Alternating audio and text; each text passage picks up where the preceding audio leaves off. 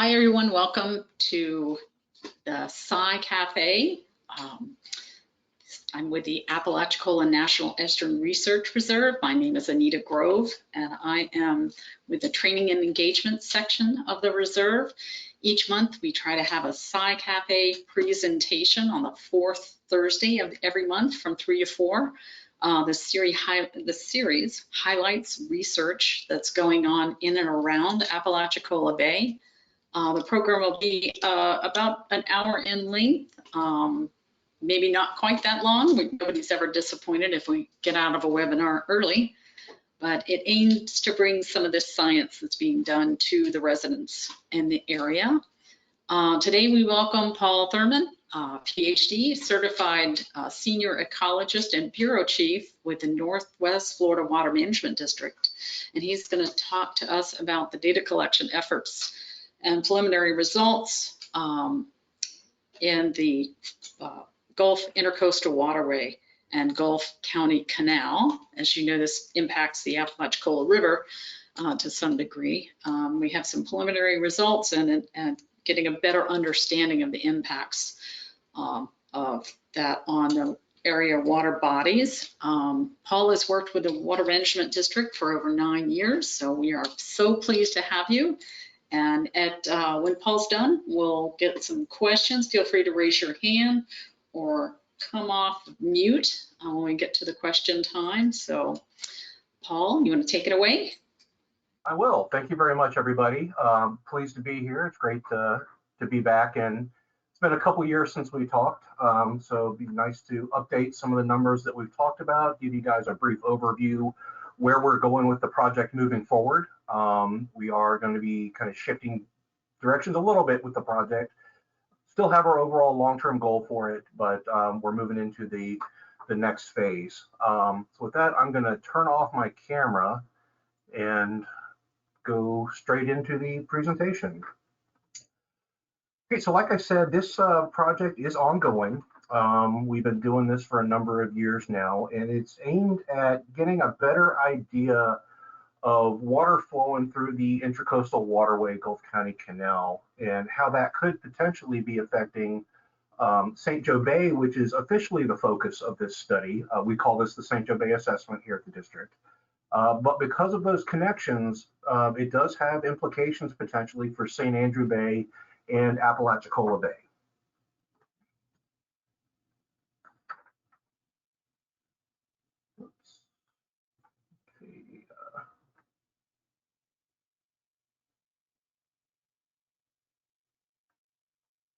Okay, there we go. Sorry, the slide wasn't switching there for a second.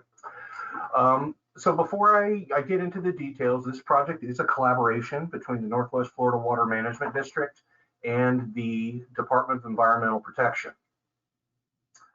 We've been working on this project collaboratively together since about 2019, fiscal year 2019-2020, and the whole project began as a result of stakeholder and interested party concerns, particularly some of the things that they were observing changing in St. Joe Bay, so changes in the ecology. When we first started talking to them about this, a lot of those impacts were largely unidentified. So if you talk to different people, they'd be concerned about different things. But the one similarity behind all those is that the impacts they were concerned about were being attributed to freshwater inflows going into St. Joe Bay from the Gulf Intracoastal Waterway and the Gulf County Canal. And as we dove a little bit deeper, one thing that seemed to keep coming up was water clarity or water color. So if you can see the pictures on the two right there, we have a period where the bay is very clear, nice blue water. And then on the bottom where it's a little bit more tannic, where water coming in after rainfalls, coming over into that. Now I do want to state right off the bat that oftentimes it's assumed that reduced water clarity and dark water is a bad thing. That's not necessarily true. Dark water does not mean it's unhealthy water. It just means that it has tannins in it. If there's other things included in that water, it can cause problems, but in and of itself, the dark water is not unhealthy. When we started looking into this, we found that we had very little information concerning whether water was actually flowing into the bay from the Gulf County Canal, which again is what people were primarily concerned with. We had no measurements of that. So we really were starting from scratch looking in, going into that.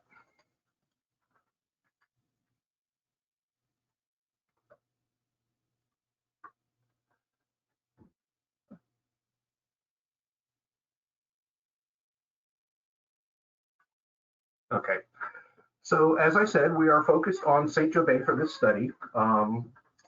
And to begin looking at stakeholders concerned, we initially needed to look at a wide area of interest. But we're focusing here on St. Joe Bay. St. Joe Bay is a really interesting bay for a lot of different reasons. First, it's a relatively deep bay.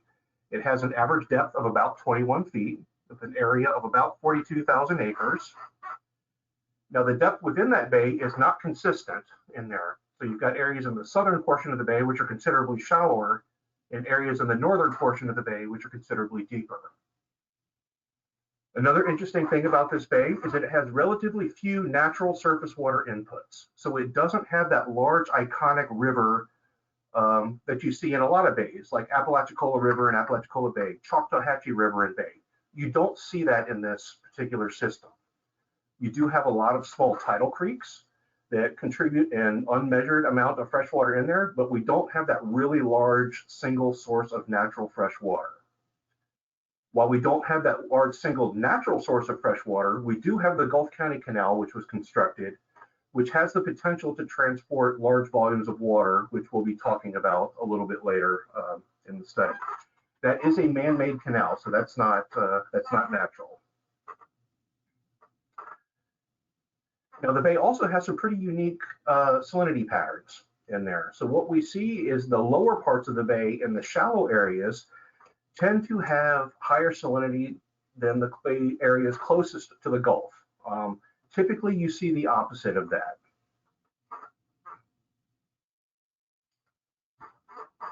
We also see that the Gulf County Canal connects near the mouth of the bay as opposed to the bottom of the bay. So any water that comes to there wouldn't necessarily have to flow through the entire bay in order to get out into the Gulf of Mexico. Now, to kind of frame the area a little bit, to the northwest, we have St. Andrew Bay, which is has Panama City and a couple other municipalities up there. And then down to the southeast, we have the Apalachicola River, Apalachicola Bay, and the city of Apalachicola. All three of these bays and these municipalities and everything associated with it are currently connected by the Gulf Intracoastal Waterway system and the Gulf County Canal. And you can see that in the dark blue lines in there. So the Gulf Intracoastal Waterway connects East Bay and Watapo Creek all the way down there to Lake Wimico, and then the Gulf County Canal will connect that Gulf Intracoastal Waterway to St. Joe Bay near the city of Port St. Joe.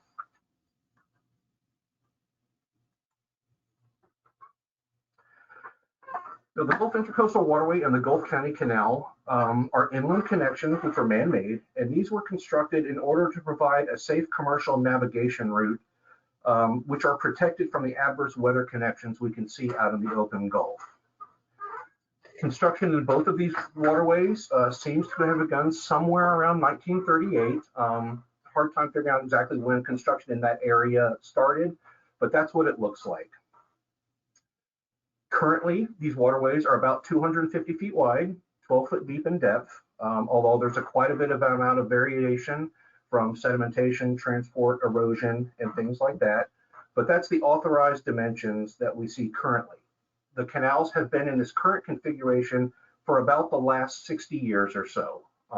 So these really aren't anything new. The Gulf Intracoastal Waterway within our study area is about 33 miles long, but in its entirety, it extends from Brownsville, Texas, all the way down to Appalachia Bay.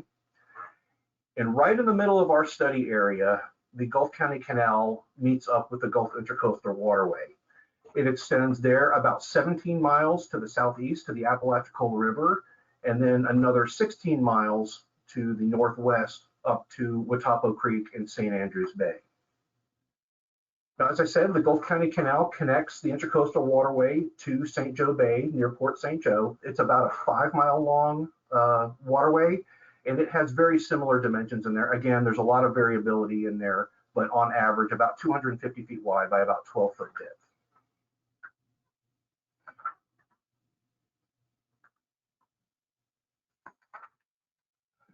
So as I said before, the project started back in fiscal year 2019-2020 in cooperation with the Department of Environmental Protection.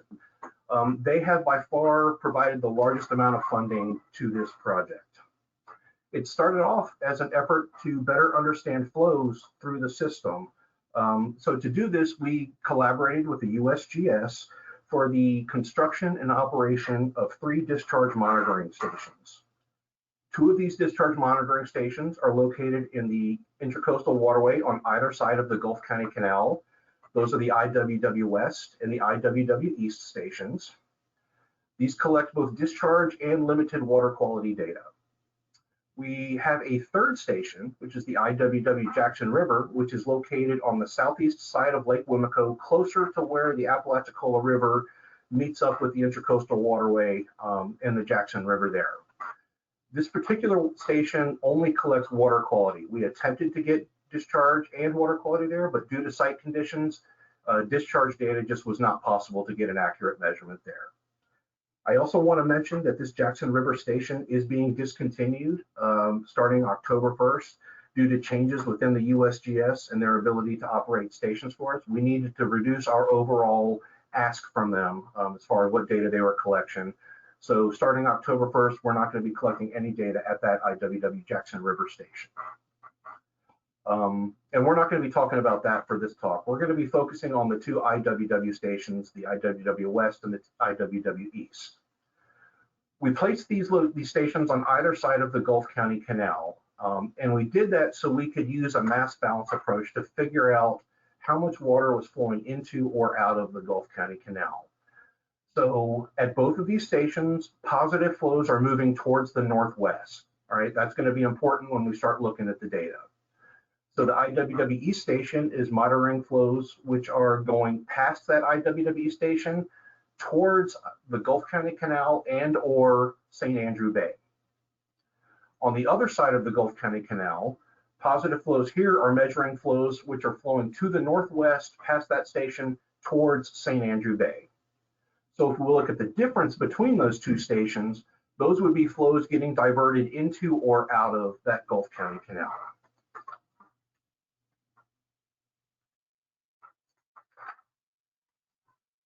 Before I get into the actual data results, I need to talk about a few qualifiers with the discharge data, which can impact the conclusions that we're drawing at this time. First, much of the discharge data that we're talking about here remains provisional and is preliminary from the USGS. So that means that it is subject to change following USGS QA/QC procedures. We feel good about the data. We think that it's presenting the right things. We don't expect major changes. And the broad conclusions that we're talking about, we feel good about those, that those are going to continue. But the actual numbers that you see in here might shift up or down a little bit following that effort. Second, the entire area is extremely tidal, and flows, water levels, and everything in this area can fluctuate considerably due just to tides, if nothing else. So this makes flow data look extremely what we call messy when we're looking at continuous or 15-minute data. There's nothing wrong with the data, there's just a lot of variability, as we can see with that figure on the bottom left. So in order to make that data more visually appealing and more usable to look at the long-term trends, we do a couple things to it. First, we tidally filter the data using a Godan filter. This is a standard method to help remove some of that tidal signal from a data set to look at the long-term trends and flows. And the second thing we do is we convert this to a daily average. And if you look at the figure in the middle on the bottom there, you can see the efforts of that. So now, rather than a thick blue line going through there, we can see the long-term average periods of high flows, low flows. We can really see what's happening at a higher scale with that. Something else I want to mention, and this is a really important point, and I cannot stress this enough, is that the flows we're talking about only represent flows at the location where they were measured, okay? We're not making any assumptions on the sources of the water at this time. So we're not saying that flows measured at the IWW West station are coming from the Apalachicola River. That is not what we're saying at all. All we're saying is that at that location, this is how much water is flowing by there at this time during this time period. As I said, there's a lot of distances between these. A lot of things can happen. There's additional surface water inputs and losses. There's interactions between surface water and groundwater. You get some changes in atmospheric differences that can affect flows in the system. So it's highly dynamic system. And we're also not saying that all of this is necessarily surface water versus groundwater. We haven't looked at that. So all we're talking about, again, volume of water flowing by a particular location during a particular time period. Okay, so what are we seeing? So we're going to start off with the IWW East station. Again, that's the station located to the southeast of the Gulf County Canal. Here we have about 1,440 observations of daily average flow. During this time, the daily average flow was about 2,800 cubic feet per second. Okay. During this time, as you can see with the figure on the bottom left there, almost all of those flows were positive, meaning flows were always going towards the northwest. And that was happening about 99% of the time.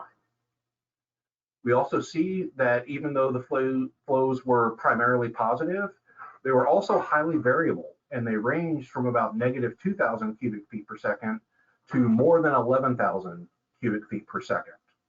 And again, positive flows are moving to the northwest, and negative flows are those moving back towards the direction of Lake Winneco. Something else that we saw, and this is true for all of the stations that we're going to be talking about here, and we don't have this depicted on any figures, but the water in these locations was highly stratified at time 2, meaning that what we were seeing happening at the surface was not the same thing that was necessarily happening at depth. So we'd see times when surface water was floating on the surface on above very high saline, and at times they could be flowing complete opposite directions. So this is important just to remember that what you see at the surface may not be representative of the entire water column. And the way we collected our discharge data was looking throughout the entire water column, so we were able to account for all of that.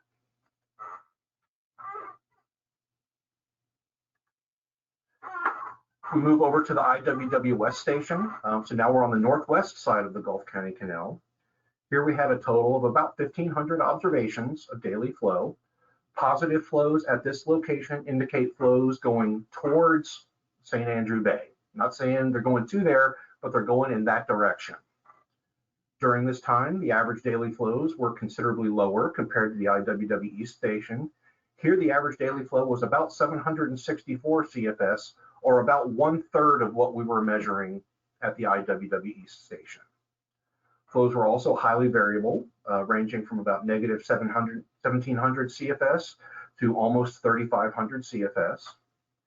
And here flows were primarily positive for about 80–85% of the time, meaning that most of the time, 80–85% of the time, water was flowing towards St. Andrew Bay.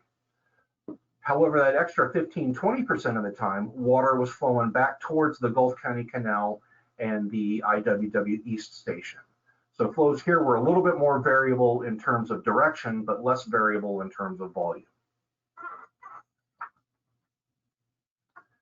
When we combine the two data sets and start looking at what's happening going into the Gulf County Canal, here these are flows going towards St. Joe Bay. It's a 5-mile stretch between the stations and the bay, so a lot can happen there. But we had about 1,234 observations of daily average flow. The average daily flow here was about 2,000 cubic feet per second. Flows again were highly variable from a range of negative 670 CFS to over 8,000 CFS. And here flows were positive on pretty much all but one day. And that was a tropical storm we had back in late September 2022. Other than that, water was always flowing into the Gulf County Canal and towards St. Joe Bay on average. Again, based upon tides and things like that, it could be, anything could be happening at a given moment, but long term, that's what we're seeing.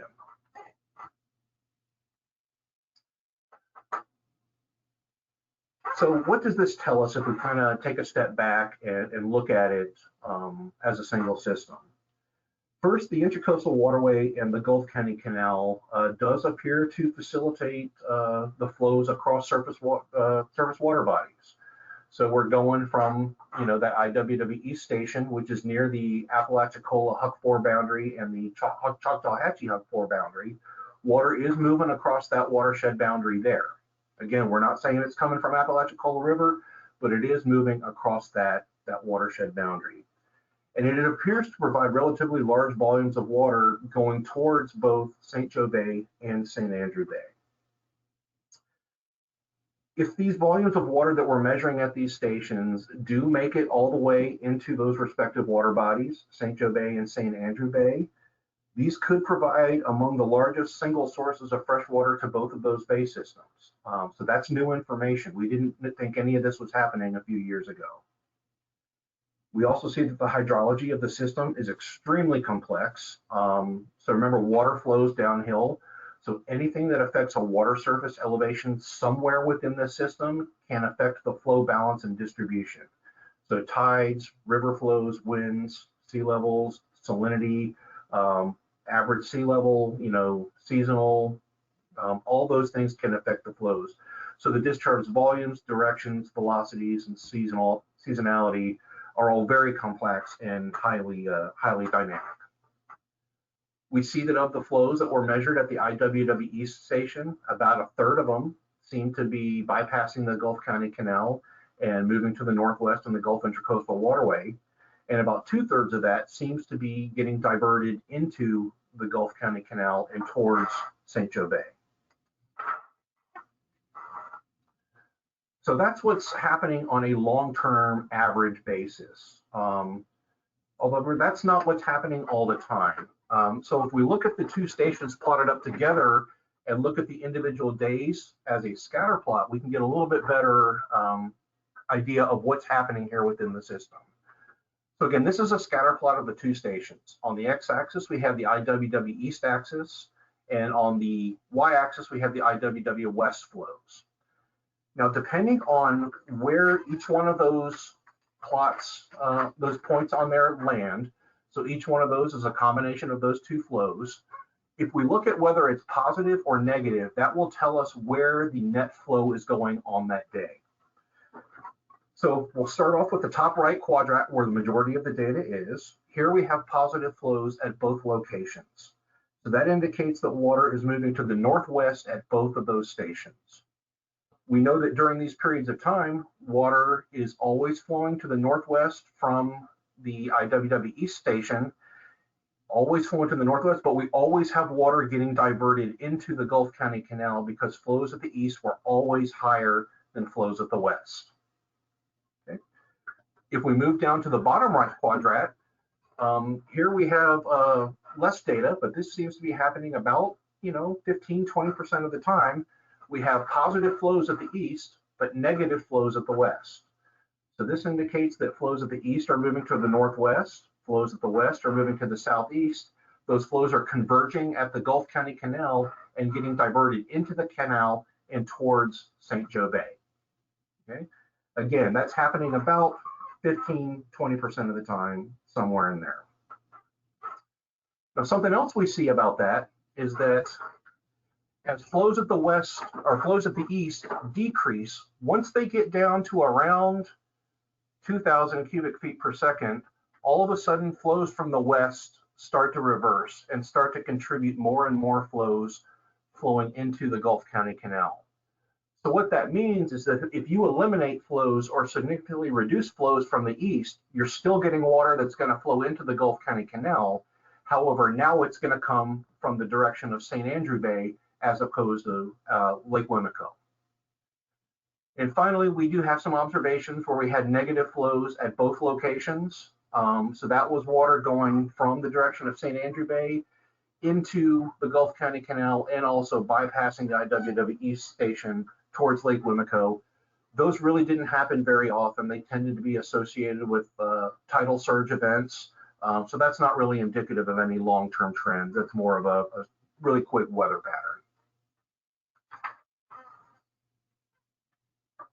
So something else I want to point out before I continue is all of the flows that I'm measuring here, the averages, are about 100 to 200 CFS lower than they were the last time that I presented to you. So what the overall trends are changing, but what that means is that we were able to get some lower flow information on here. So the numbers have changed.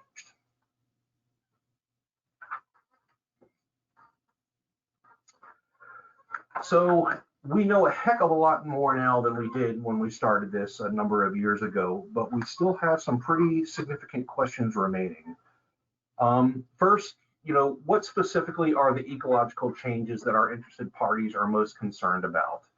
Is it water clarity? Is it bacteria? Is it nitrates? Is it changes in seagrass? Is it the scallops? Is it algae? There's a lot of stuff that can happen there. So what exactly are people the most concerned about? And of those, have there been any recent changes in the bay? Are they indicative long-term changes? Are they really happening this year? Kind of what's the periodicity of those? So if it is a recent change in the bay, why is it happening now, right?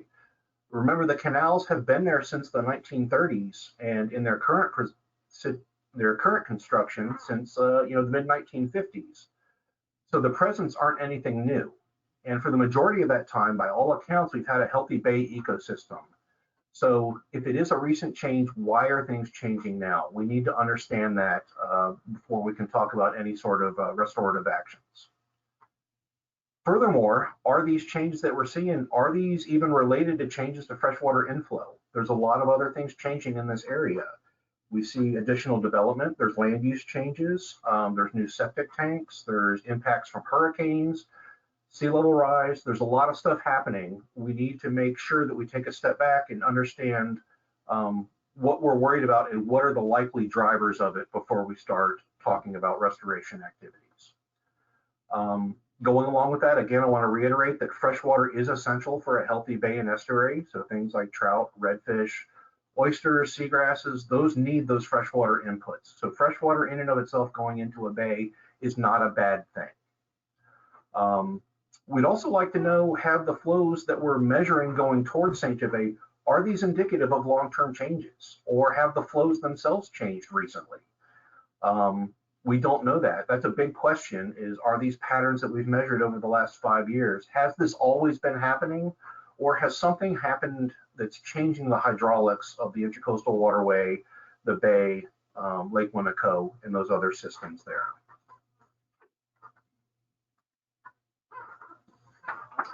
We'd also like to investigate what the sources are of fresh water that we're measuring at the stations.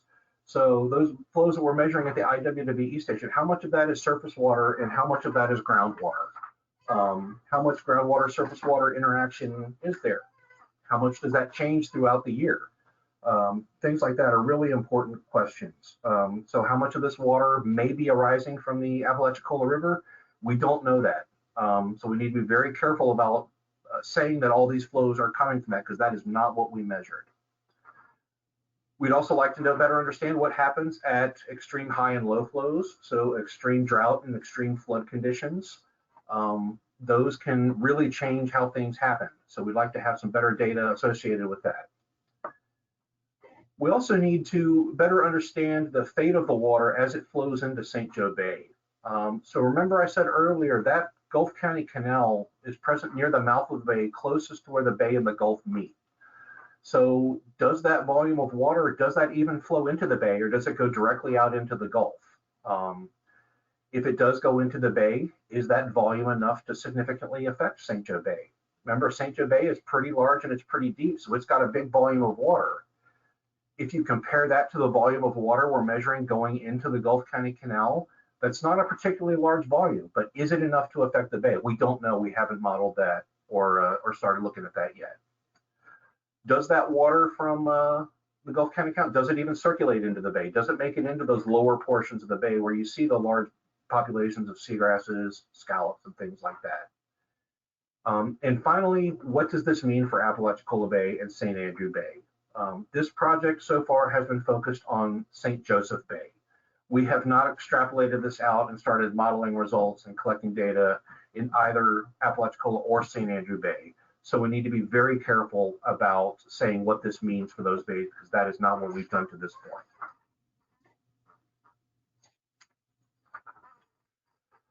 Moving forward, we are continuing to work on this. Both the district and DEP is committed to this project.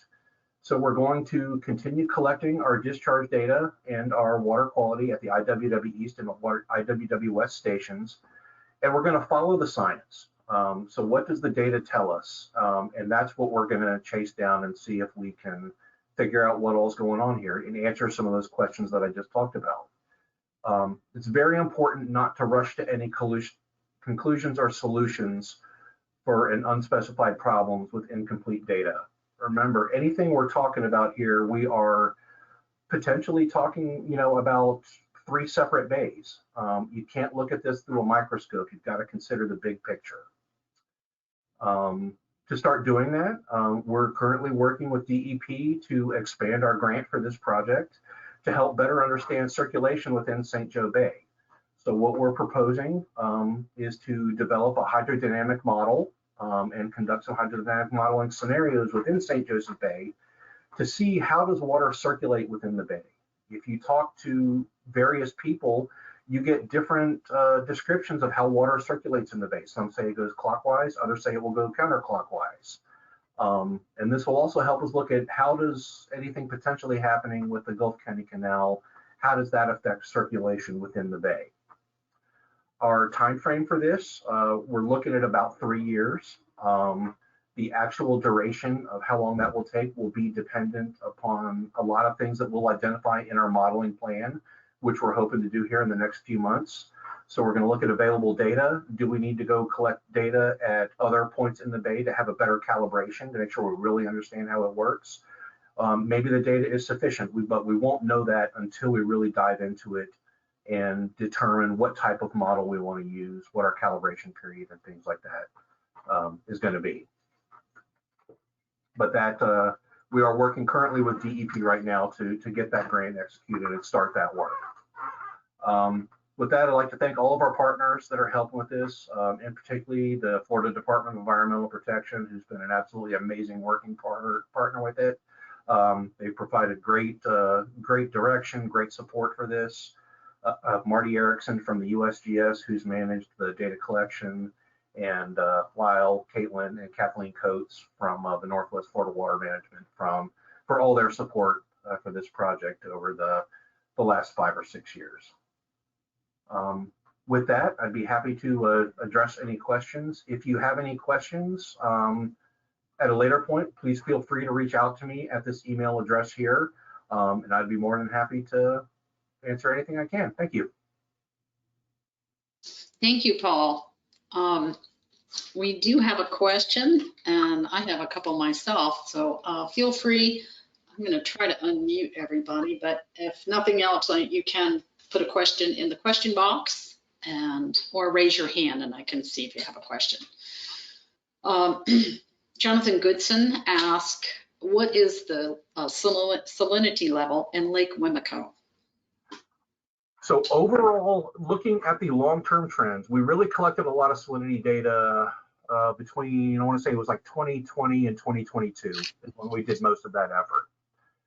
By far, the majority of that time, it was pretty much pure fresh water in there, with a few notable exceptions. You did see some very short-term periods of high salinity spikes associated with storm surge, but those were cleared out within a day or two. Those didn't persist.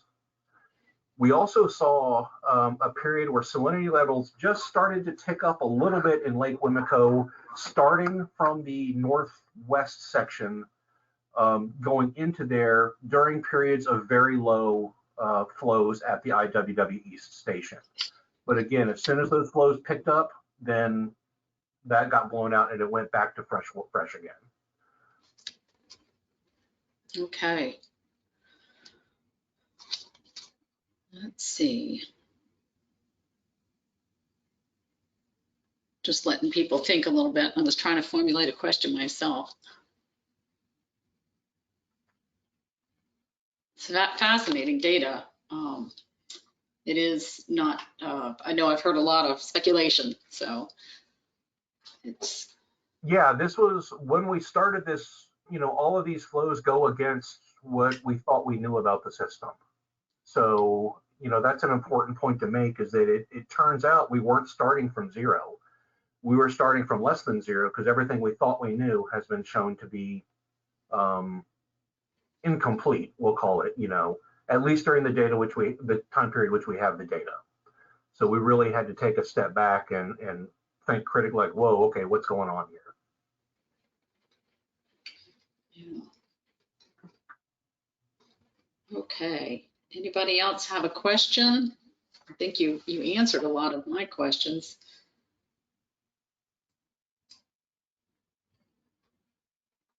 Give it a few minutes here.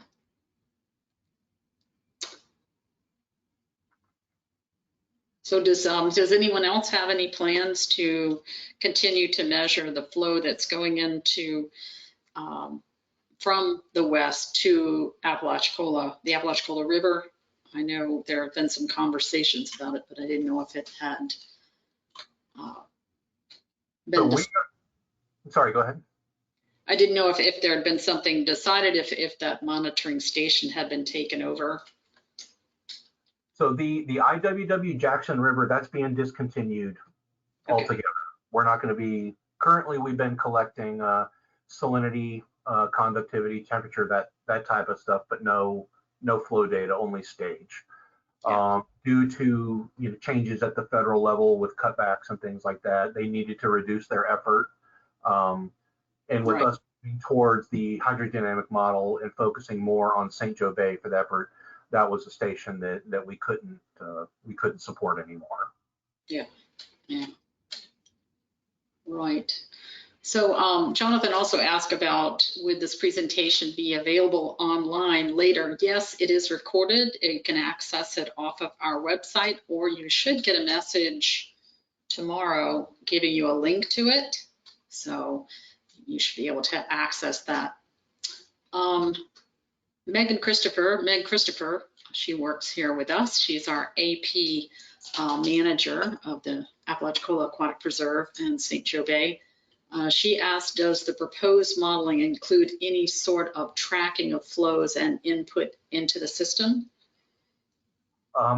Right now, our modeling efforts are undefined. We know what we want to do broadly, but the specifics of it, we will be reaching out to our partners, and Megan and the Aquatic Preserve will certainly be one of those partners to discuss what their needs are. How can we get the most bang for our buck to help everybody answer, some of the many questions we have around the system. Great. Okay, any other questions? I'm looking through the question panel. I don't see any others. Give it one more minute. Well, Paul, thank you so much. I especially enjoy hearing a recap of an earlier study, bringing it back up to date. So, and I love your end slide there. That's beautiful. Is that on Lake Wemigee? I'm not sure where that is. That's our standard one that we use for all of our presentations. Oh, but it's okay. Great. Nice. But, thank you very much for having me. It's always a pleasure. If anybody's got any questions, again, please feel free to reach out to me. Would love to talk it over anytime. Great. Well, thank you so much. We really appreciate it. And thank you everyone who attended. We appreciate you tuning in. Thanks everybody. Have a great day. You too. Bye.